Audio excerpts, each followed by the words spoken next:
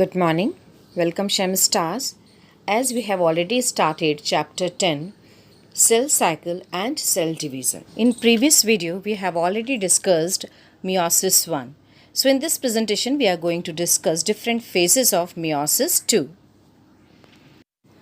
Meiosis involves two cycles of nuclear and cell division called meiosis 1 and meiosis 2, but only a single cycle of DNA replication. Meiosis 1, which we have already discussed, is initiated after the parental chromosome have replicated to produce identical sister chromatids at the S phase. At the end of the meiosis 2, 4 haploid cells are formed. And this meiosis 2 is also composed of 4 different phases: prophase second, metaphase second, anaphase second, and telophase second.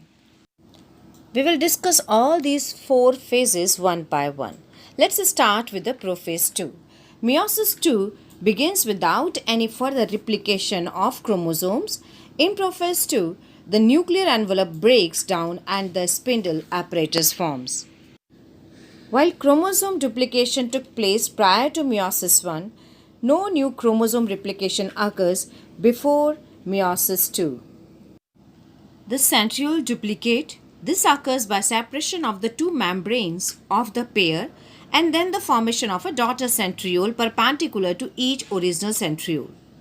The nuclear envelope breaks down and the spindle apparatus forms. Prophase 2 is followed by metaphase 2. The chromosomes become arranged on the metaphase plate. Centromeres are arranged in a line called equatorial plate of invisible spindle apparatus, and nuclear membrane disappears. In anaphase 2, the spindle fibers contract, breaking the centromere and pull apart the sister chromatids. One copy of the chromosome pair goes to one pole while the other copy goes to other pole of the cell. Meiosis ends with telophase second, in which the two groups of chromosomes once again get enclosed by a nuclear envelope. Cytokinesis follows, resulting in the formation of tetrad of cells, that is, 4 haploid daughter cells. This slide shows summary of meiosis 2. By the end of meiosis 2, each pole receives half the chromosome number of the parent cell.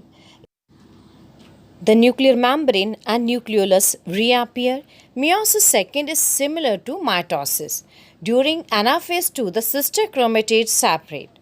Thus, the end of the meiosis, 4 haploid cells are formed. Now, let's understand significance of meiosis. Meiosis is important for sexual reproduction because by the end of meiosis, we get haploid gametes.